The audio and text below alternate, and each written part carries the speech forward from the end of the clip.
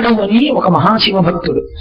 ఆయనకి ఏమీ తెలియదు. ఆయనకి తెలుసున్నది ఏమిటో తెలుసా అండి, ఇంటికి ఎవరైనా ఆర్తితో వస్తే అన్నం పెట్టమంటే ఆయన శివుణ్ణి చూసేవాడు వాళ్ళల్లో, అంతే అన్నం పెట్టడమే. శివుడు ఒకనాడు పరీక్ష చేశాడు.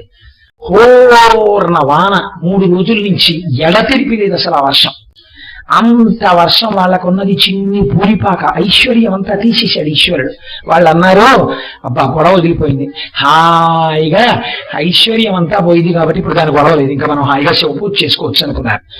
ఓ అర్ధరాత్రి వేళ విభూతి పుండ్రాలు పెట్టుకుని శంకరుడే వాళ్ళ ఇంటికి వచ్చాడు. ఉనికి పోతూ వృద్ధ బ్రాహ్మణ రూపంలో వచ్చి, అన్నం తిని 6 రోజులైందయ్యా, ఇంత అన్నం ఉంటే పెట్టండి అని అడిగాడు. అడిగితే మారడు భార్య వంక చూశాడు, వాళ్ళన్నం తిని 6 రోజులైంది. మనం నలిగిపోయినా పర్వాలేదు, వృద్ధ బ్రాహ్మణుడు శివుడు వచ్చినట్టు అన్నం పెట్టాలి. ఆవిడంది, ఎక్కడి నుంచి పెడతాం, ఇంత వానలో ఎవరింటికి వెళ్ళనన్నాడు. బెంగ పెట్టుకోకండి, మనకున్న కొద్దిపాటి పొలంలో మీరు ఎవరి దగ్గర నుంచో ధాన్యం పట్టుకొచ్చి చల్లారు, మొక్కలు వస్తాయని. వర్షం ఇంత వర్షం కాబట్టి ఆ వడ్లు పైకి తేలిపోయి ఉంటాయి. మీరు జాగ్రత్తగా వానలో వెళ్ళి మెరుపులు మెరుస్తుంటే మెరుపుల కాంతిలో వడ్లేరండి, తీసుకురండి.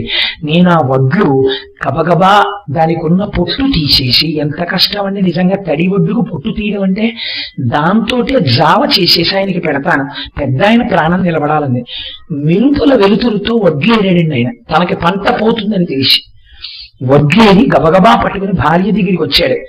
ఇంట్లో పరపురుషుడున్నాడు, భర్త లేడు. లోపల తానండకూడదని వచ్చిన బ్రాహ్మణుడు అన్నాడు, అమ్మా నీ భర్త ఎక్కడికో వెళ్ళాడు, నేను బయట నిలబడతానమ్మా అన్నాడు వణుకుతూ. అయ్యా వద్దు, నేను ఇంట్లో ఉండండి, నేను బయట నించుంటానని వృద్ధ బ్రాహ్మణుడిని ఇంట్లో నించోపెట్టి వర్షంలో బయట భార్య నించుంది. మారడి ఇంటికి వచ్చాడు. ఇవిగో వడ్లు తెచ్చానన్నాడు.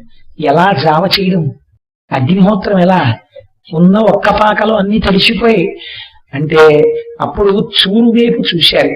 ఒక్క కర్ర తడవకుండా చూరుకుంది.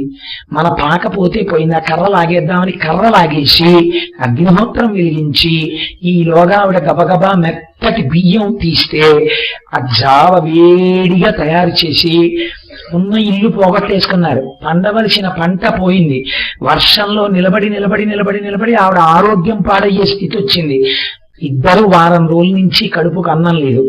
వేడి జావ బుద్ధ బ్రాహ్మణుడి దగ్గరికి పట్టుకొచ్చి వాళ్ళ వంక చూసి, మీరు కొంచెం తీసుకోరా అని అడిగాడు ఆయన. మాకు అక్కర్లేదు స్వామి, మీరు తాగండి, మా కడుపులు నిండిపోతాయన్నారు.